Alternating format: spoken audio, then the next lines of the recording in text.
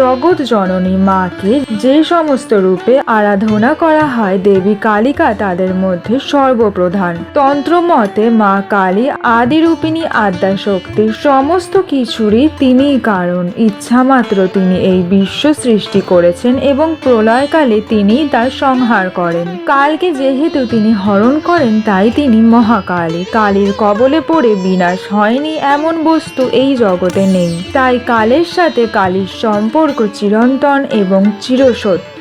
এই কালকে শাসন এবং নিয়ন্ত্রণ করেন যে কালিকা, তিনি দেখতে ভয়ঙ্করী হলেও তিনিই আমাদের সকলের অত্যন্ত কাছের, অত্যন্ত আপন, আমাদেরই মা রূপেই পূজিতা হন। বন্ধুরা, ফলহারিণী অমাবস্যা হলো বছরের এমন একটি দিন যেই দিন মা স্বয়ং তার ভক্তদের সুকর্মের জন্য আশীর্বাদ প্রদান করেন। এই কারণেই বন্ধুরা এই দিনটিকে ফলহারিণী অমাবস্যা রূপে গণ্য করা হয়ে থাকে।